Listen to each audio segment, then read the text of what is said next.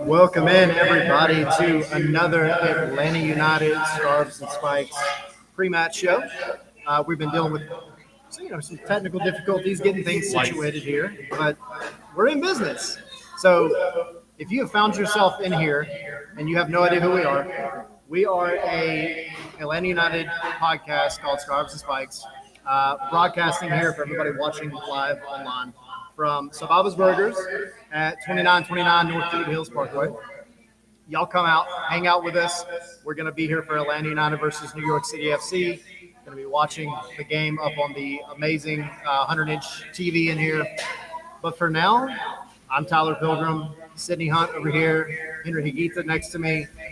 Guys, we finally have another Atlanta United game to talk about. It feels like it's been forever since we've had one, like ages and days.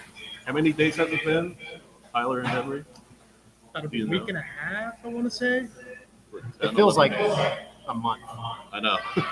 And then this is such a weird month, right? Because you have the international break, then you have this one random game on a Thursday, and then we're back to another week and a half off, and the Club World Cup is starting.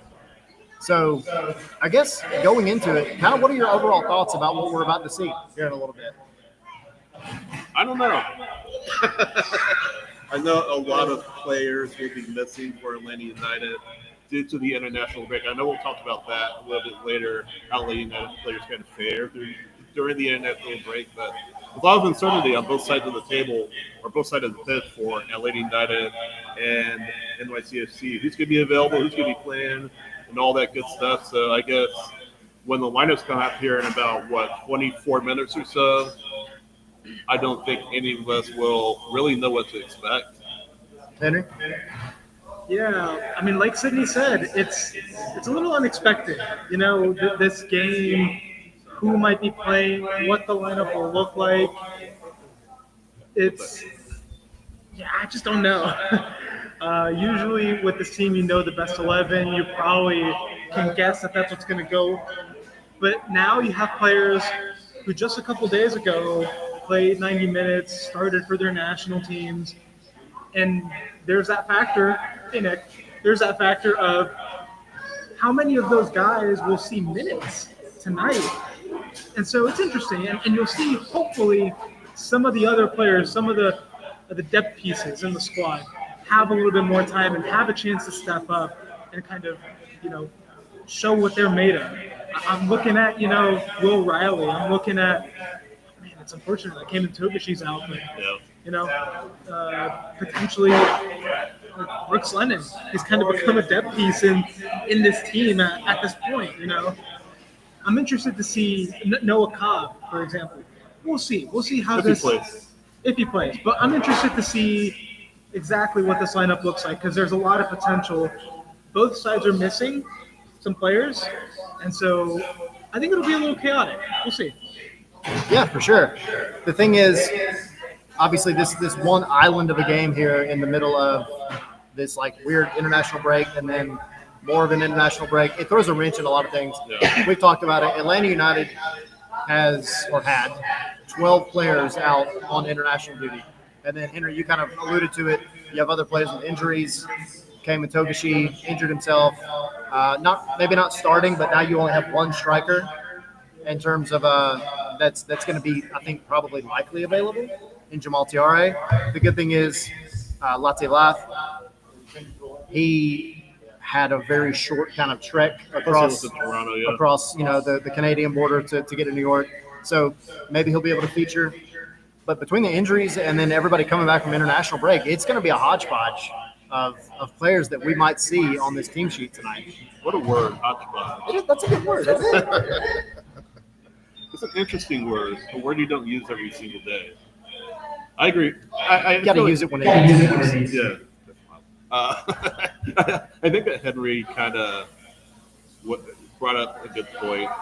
You don't know who you're going to see. You don't know who to expect, who to. I'm like whatever when it comes to whatever this lineup is, but I mean, is this kind of a match where you just say, "Hey, it's a loss," especially if it's a loss, or how do you play it? I guess if you're Atlanta United, so you need points, and like we were just talking about the schedule, you're in the middle of the week on a Thursday. Which what do you guys know the last time Atlanta United has had a Thursday match? Or, No idea. I don't know. few and far They between. never think play it's on been a minute. Thursday. Yeah. I don't. Nobody plays on Thursday. Why This is like Thursday? this is like English fifth tier, like kind of a game day schedule. Sheffield Thursday type stuff. No, it is just weird timing, and especially considering we're just coming off an international break, where again, literally Miguel Almirón and Bartosz Slić, a lot of these guys played 2 days ago on Tuesday for their national teams. Like this is not normal. So MLS, kind of questionable choice there to program this game for a Thursday. Please don't cut my paychecks. Let me ask you guys this. So let's talk about the international break. And you mentioned a lot of these guys. I'll throw out Jay Fortune, for example, and Bartek Slić, with a good international break that can really help the team and buoy the players. Say, hey, we did this on an international level, so let's go through. Sababa scored internationally. Jay Fortune scored, his second goal at international level. Bartek Slić scored a goal. It was a vigorous, like a little worm burner that got past the keeper. So things like that on the international level can really help your team from a club standpoint and give you a little bit of wind in your sails going into these final 17 matches of the season. And you know what? Slish has been on fire. Talking about him, I think 3 goals in the past month, more or less, right, for club and country. That is, for his position, that's not normal. And I think he's gotten more emboldened to take these shots from distance, and that's a good thing because this team needs more players that will just risk it and top of the box, just try and take a shot. Especially against keepers who don't seem to be all that sure on the ball, all that secure on the ball. Just try it. The worst that can happen is a save. The worst that can happen, you force them to hit it out for a corner. Maybe it hits off of someone and it goes in. There's so much potential if you just take the shots. And that's where I've been a little bit disappointed in Miggy's hesitancy to take shots. I've noticed that a lot recently. Saba's hesitancy to take long-range shots. A lot of these attackers, it feels like they just need to be like point blank in front of goal before they take a shot. And I don't think they need to wait that much. Just you see an opportunity, you see a window, take a shot, and just see what happens. Can I add to that, though? You don't want to be like Luis Araujo or anything like that. Oh, no. Did you just use the name Luis Araujo? That's his name. Yes. Swear jar. Yeah. Yeah, throw $1 in the jar for Luis. No, I agree. I think you have to test the keeper. Atlanta hasn't done it enough this year.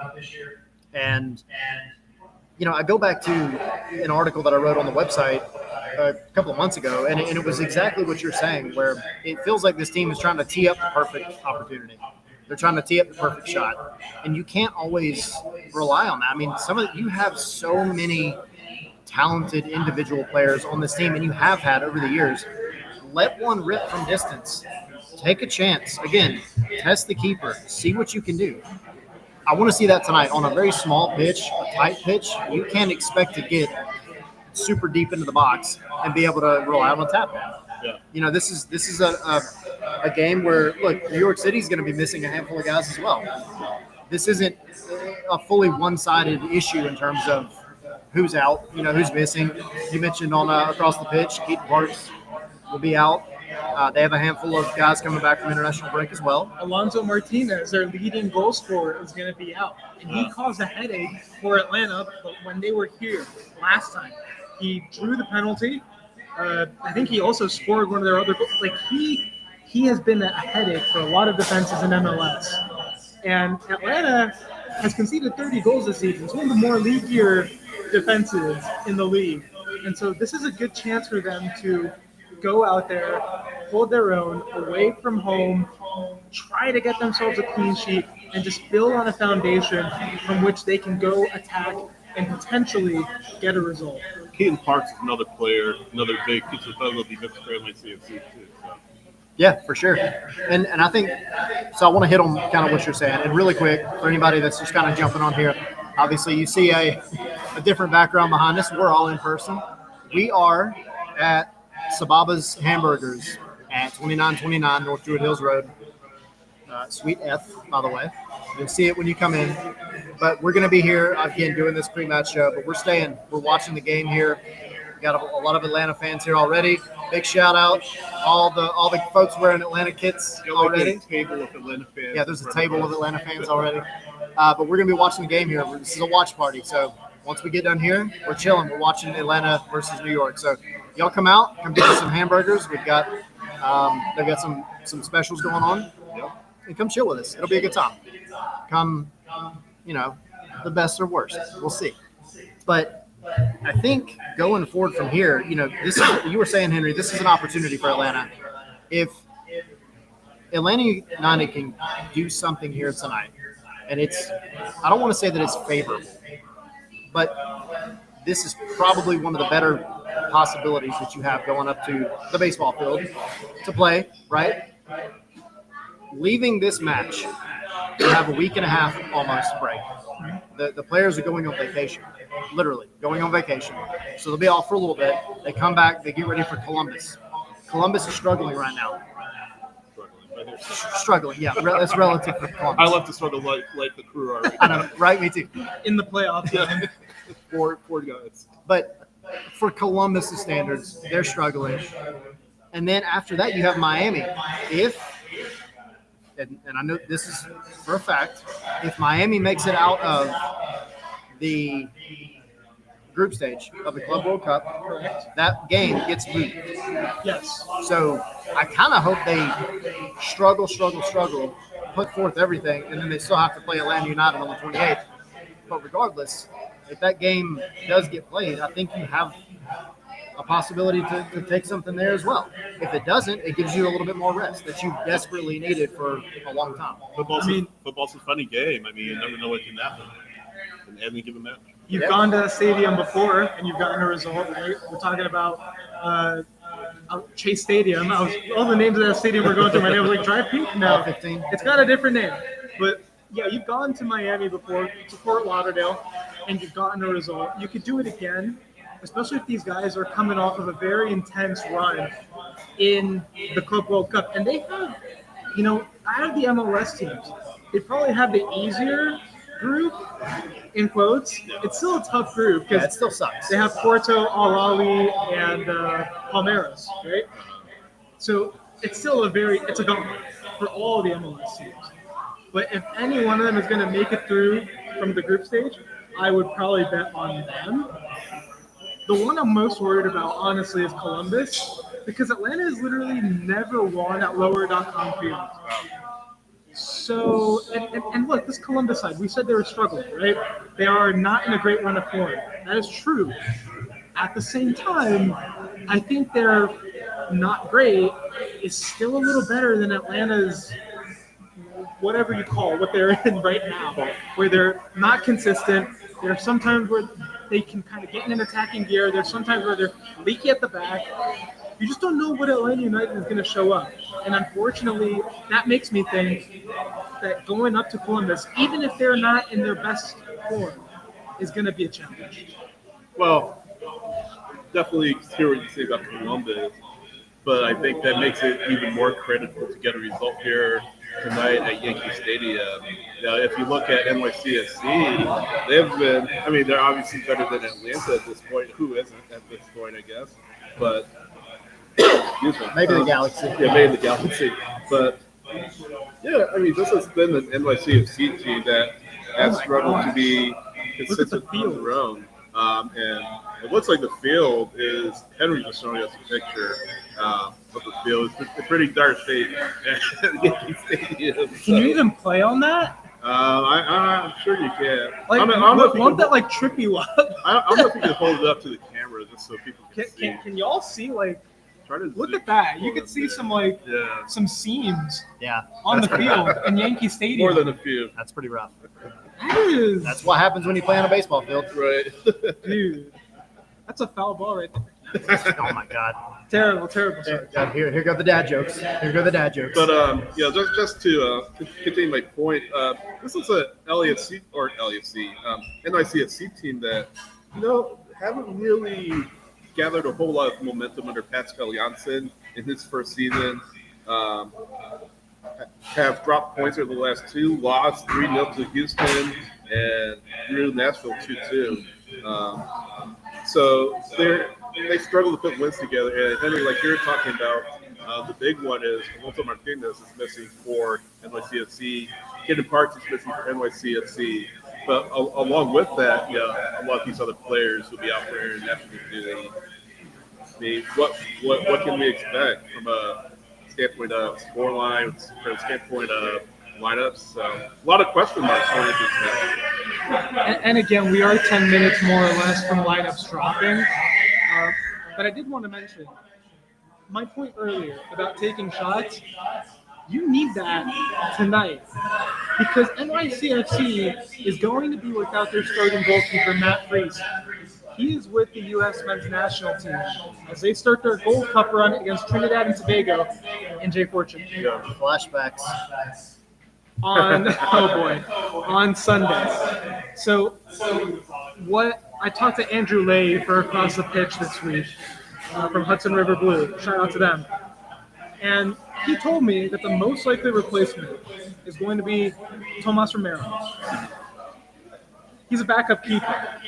You have to take shots against him. Test it. See if he's as good on the ball as Matt Freese is. See if he's as confident. Because you never know.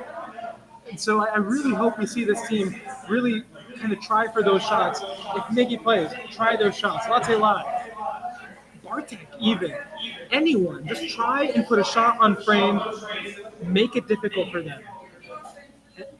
And then maybe you have a chance to take the lead. Yeah, make them spill and then hit on the rebound, right? I mean, it's not just about hitting the banger from distance and making him outstretch and make the glorious save. It's make it difficult for him, and then your guys have to be there at the back post, the near post, there for the rebound, whatever it may be. But it can't be, trying to ticky-tacky your way into the box and going for the easy tap in. Go punch a team in the mouth for once. That's what I want to see, aggression. These guys that have been here for this entire international break, I feel like some of them probably feel like they have something to prove. And this is a glorious opportunity to go. And, you win tonight. Your past 5 games look like a loss, win, loss, and it was not a bad loss and a win. It's not terrible. So you got to start digging your way out of the hole that you put yourself in. This is the halfway mark of the season. This is a perfect time to wipe the slate clean and go forward from here. Don't make Tomas Romero look like Tim Howard. Please. That's what happened against Atlanta United. Unknown keeper has a big game, but we'll see. Another question mark to talk about. How does Romero look against Atlanta? Yeah, for sure. So, again, trying to give our wonderful host some love. Those of you outside and anybody walking around down the strip here and anybody watching at home, we're going to be here for the entire Atlanta, New York City game. We're not going to be live necessarily. Right. But we're doing this pre-match show. And then we're hanging out here with a lot of these amazing Atlanta fans to watch the game. So we're going to be chilling. Sababa's Burgers is cooking up some amazing stuff. They have some burger combos going on. So y'all come out. 2929 North Druid Hills Road, Suite F in Atlanta. Get over here, hang out with us. We're going to be chilling. But, all right. And also, everybody that's in an Atlanta kit over there at the table, Nick and Brett and all you guys, y'all want to hop up here and get on the mic, you just got to let me know. Get your opinions if you want to. It's up to you. I'm not pressuring you. enjoy your food first. All right, we'll talk louder. But hey, if y'all want to get up here and get on the mic, you can. If you want to. If you want. It's up to you. If you want. Think about it for a minute. What? So, who do you guys think Who do you guys think that will start tonight for Lady United? Who do you guys think will start? Great I question. mean, do we want to kind of have that discussion? Well, I think the back line will be mostly unchanged. I mean, Yeah. most of your back line, except for Lisa Braun. But then again, Lisa Braun didn't really play a whole lot. Played like 3 minutes on Friday against Colombia. So he should be good to start. I think Williams. the main, yeah, Williams and Matt Edwards, they should be good to go. I don't know about Saba. I mean, his last game was Sunday or Monday. One of those things. I believe it was Sunday. Sunday, so he could probably play either that or Brooks Lennon. But I really want it to be Saba. Pedro should be good. Midfield is the big question for me. That's the biggest You question. don't have Jay Fortune. You probably don't have Sleesh because he played significant minutes for Poland. So do you have Mateusz Cleat in midfield alongside Will Riley? It's possible. I mean, William Boston so they don't really have a lot of options here, like you said. So I think that's the biggest question mark. I think you run the risk of really getting run over in the field if you don't approach this with the right tactical mindset. Certainly, you're shorthanded, William Boston hurt, like you said. Porches with Trinidad, the Gold Cup. So I know, do you see Raleigh, like you said, make his first MLS start? He looked decent in his previous MLS action. And now he's getting kind of thrown to the fire somewhat, potentially, against NYCFC. And then you have to get kind of interesting with your striker situation. Jamal Tiare is on paper your striker. You don't have. I mean, again, Latte Loft might feature. He only played 20 minutes for Ivory Coast in their last friendly. Yeah, so that's the thing. He hasn't been running, his legs off like some of these players have. If he starts, great, because I think Jamal Tiare is still going to be your better option off the bench. He's done well. He's proven that he can come on and he's got that clutch gene. But with Latte Loft being a question mark, you just have to hope Jamal Tiare has got a full 90 minutes in him and that he can play without any kind of typical injury. Though he's done better this year, I will say. He's not been as injury prone this year. But I've said it on the show earlier in the week, this game is going to come down to not only the starting 11, whoever they may be, but the entire team sheet. Because whatever subs Ronnie Dyla makes, they have to be impactful. And what we haven't talked about, too, is Ronnie Dyla making his return to Yankee Stadium for the first time in several years. This is a place he knows well. This is an organization he knows well as a former head coach. So if there's anybody that knows how to solve the conundrum of Yankee Stadium, it's definitely him. It's a place that traditionally has been tougher than he's at to win at. So maybe that's your ace in the hole, so to speak. Nothing on that one. No, I agree. It's kind of the storyline, and I think maybe to a degree it got a little overshadowed because of the fact that this is a random midweek Thursday game. But yeah, this is Ronnie Dyla's moment to get back to where he was successful. You're getting called out to get beat in fantasy. Oh, is Jackson my fantasy opponent? Crap, dude. Oh, But- that's terrible news. But no, Ronnie Dyla making his way back to Yankee Stadium, first time since he won MLS Cup with them a couple of years ago. So it's kind of an underwritten story, and I think Well, no, because he coached for like half the season. that's true. Okay, yeah, he did coach for a little bit after. My bad. All right. Regardless, him coming back, I think he's beloved still by New York City fans. New York City fans and everybody have told us over time that he is still well liked up in the NYCFC circles. So I think for him, though, he has something massive to prove. This is not as if he were coming up there over the past, first half of the season with a winning record to show for it. And this is a game where it could go either way. This is, you have to prove that you've got this team that spends more money, than the other one, that plays in a stadium compared to a baseball field, that has the resources, that you can go and beat a team that in every way, shape, and form in terms of finances and resources is quote unquote less than you are. Yeah, I mean, he said it. And again, it seems like this team, always on paper, is one of the best in MLS and should be among the top teams. And yet, it finds a way to consistently underperform. And that is, it's just disappointing. And so, you know that these players are capable of more, right? You know that this roster can do a whole lot more. And so we're waiting for that point in this season where that turns around, where Ronnie Dyla's message gets through to these guys. And finally, you know, we start to see the Atlanta United that we were sold on going into the season, and we were told that was going to truly be back. You know what I'm saying? And so, again, I think it's a matter of time, really, first of all, refining the roster, but also kind of really letting that culture sink in. And I think Ronnie Dylan will help with that. I think he knows what he's doing. Yeah, I agree. And then the one other factor, because we're waiting on lineups to drop here momentarily, I hope. Thanks, MLS.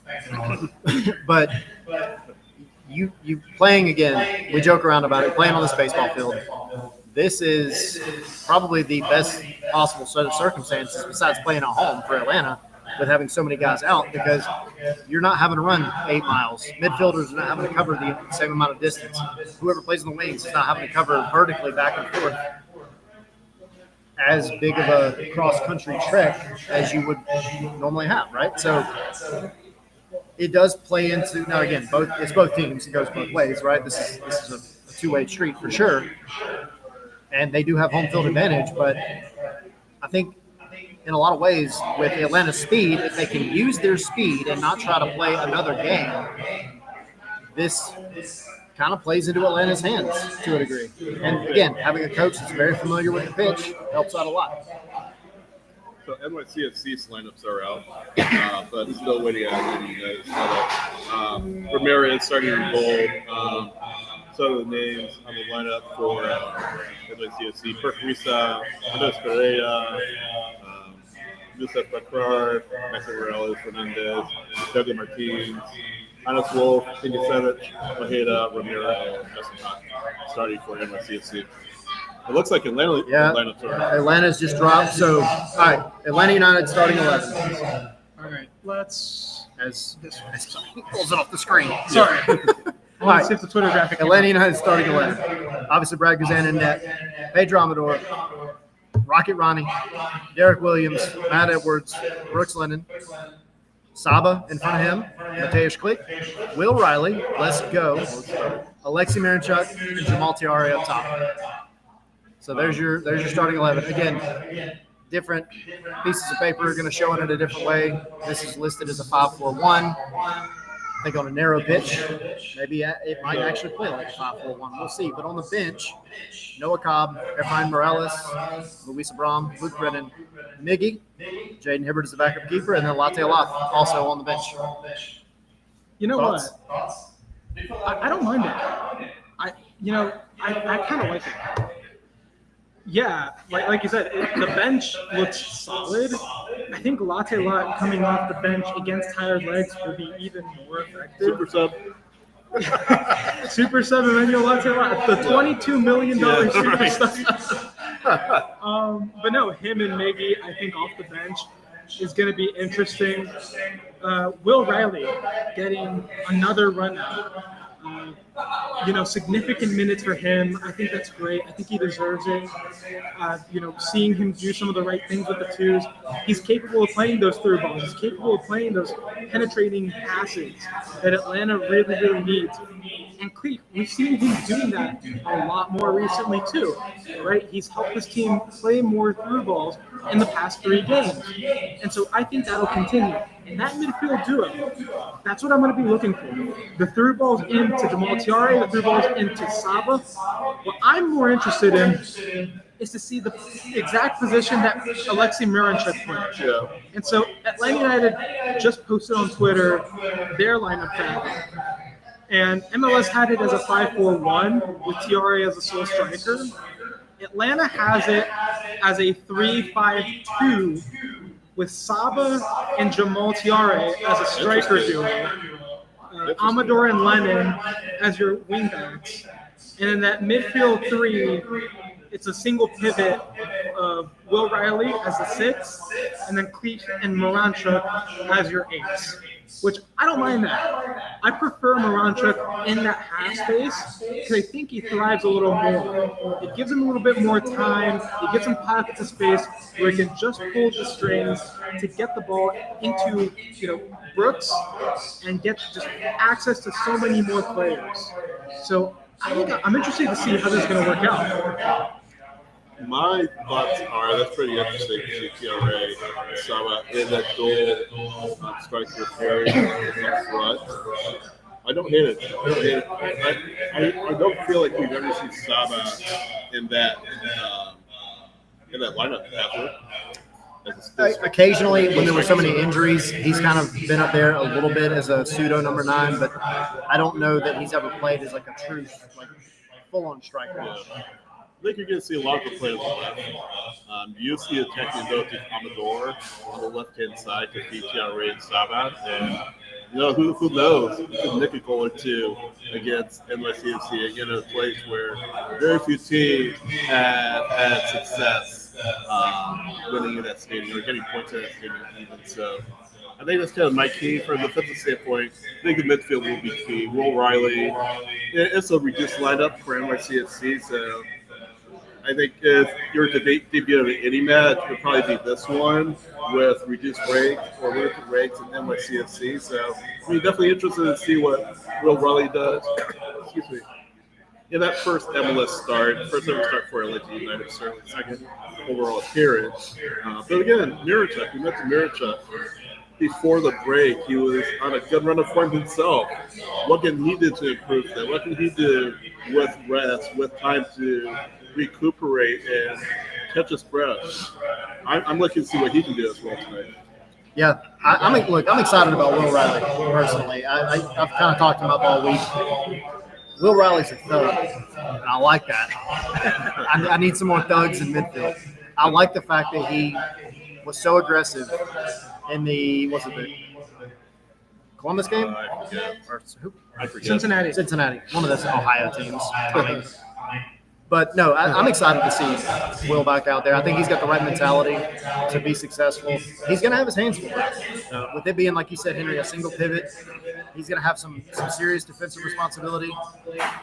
But as far as Saba being up there in Tiare, I would expect Saba to naturally kind of float back and continue kind of maybe not as a full-on winger like he normally is, but I think you're going to see him very active vertically. I think Tiare, I would be shocked if Ronnie Dalla didn't tell him to play off the shoulder of the defenders, off the center backs, and try to look for that very well-timed through ball by Click, by Alexei, Amador even. And then, of course, be on the end of the inevitable crosses that are going to be coming in from the right with Brooks Lang. Yeah. No offense. Tiare has been really, really good at spotting those through balls and finding the space to run in. And that's one of the things that they worked on in training, according to Matt Edwards and Ronnie Dyla in training this week. It was identifying those spaces and attacking them. So, yeah, I think that's going to be an interesting look. My chief worry of this lineup is that back three, because you have one natural center back, and it's Derek Williams. And I think it's very interesting that you have Ronald Hernandez there instead of Noah Cobb, who is a natural center back, and I think he's been doing pretty well. Ronnie, to me, look, I love the guy. I call him Rocket Ronnie, and I root for him all the time. And he has his merits on offense. But my worry is on defense. He gets beat way too often for me. and sometimes he becomes a defensive liability. And so having him on that part of that back three, it could leave that side very exposed. And I saw the NYCFC 11. I think it's probably going to be Hannes Wolf attacking down that side. And he can be a handful for defenders. So that's something that they've got to watch out and be careful of. I don't know if I really trust this back line entirely to keep up with the pace that they can bring on the attack. And I'll say this real quick, jump to you, Sydney, but I think Pedro Amador, for all the great that he's been in 1v1 defending, that his past couple of games have not been the best. So it is definitely a factor. If Pedro Amador is not on his A game, and then you have Ronald Hernandez, who, like you're kind of saying, I feel he's a better wing back, more attack oriented than just a straight up defender. That left hand side of Atlanta, it could be very interesting. Do you think that? Well, let me ask this. What minute do you think we'll see Latte Lot? I would imagine early in the second half. Early second half. Okay. Does he I come would in? probably Does he come in at halftime? I would probably say like the 60th minute, 60th or 70th minute, and you'll probably see Latte Lot. And maybe around that time, maybe 75th minute, you might see Miggy if things are like, we need a goal or something like that. I would think that's when you would see them. Trying to think, because those are the main two, right, that are on the bench. Everyone else is more of a defensively oriented. I mean, Sleesh isn't even on the bench. Yeah, I mean, you've got Luke Brennan, so, attacking oriented there. You've got Sessa, who, again, if you haven't been paying attention to the news. Yeah, Cooper Sanchez. Yeah, Cooper Sanchez. I mean, they're there. I don't know that they get time, but Hopefully. If Atlanta's ahead, right, and you just got to close out the game, I could see it. But yeah, I mean, if you don't have to play Miggy, if you don't have to play Latte Lot, I think I would rather you don't play them in this game. Give them enough rest. agreed. Let me, real quick, as we're jumping into it, we're going to be out here, almost done with the show, but we're going to be out here for the entire Atlanta United versus New York City match.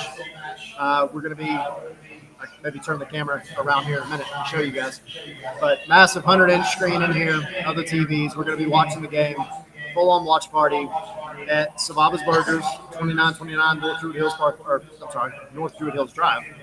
Road, whatever, one of those. God, Don't send them the wrong place. Don't go to the wrong place. They're going to go across town and be super lost. Let me try that again.